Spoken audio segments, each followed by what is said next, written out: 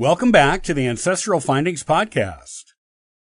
Oh, say can you see by the dawn's early light what so proudly we hailed at the twilight's last gleaming. We Americans recognize those as the first lines of our national anthem, the Star-Spangled Banner.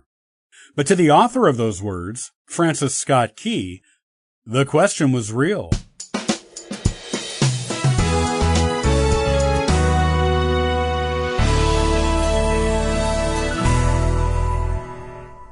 During the Battle of Baltimore in the War of 1812, the British bombarded Fort McHenry for 25 hours straight.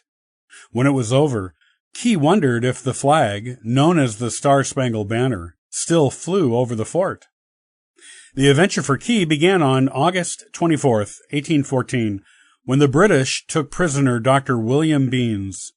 Key, being a well-known lawyer, whose genealogy included an uncle with a law firm, was recruited to assist in the effort to have Beans released.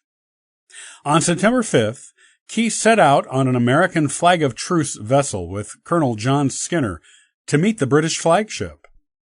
The meeting went well, and Key and Skinner secured Beans' release. However, the three men weren't allowed to return to Baltimore until the bombardment of Fort McHenry was over. They waited in the American vessel behind the British fleet. On August 24th, the British set fire to many buildings in Washington, D.C., and they then set their sights on Baltimore.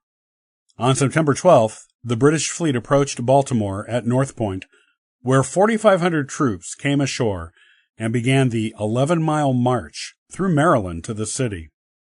As the troops marched, the British fleet moved into position and began to bombard the fort. The British bombed Fort McHenry for 25 hours, but the American defenders refused to surrender, which caused the fleet to withdraw.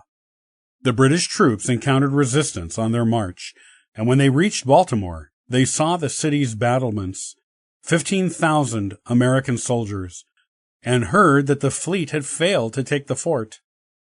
When Key realized the bombing had stopped, he looked to the fort to see if the flag was still flying. It was, and he quickly wrote a poem that became the Star-Spangled Banner. The song became our national anthem on March 3, 1931. Oh, say, does that Star-Spangled Banner yet wave over the land of the free and the home of the brave?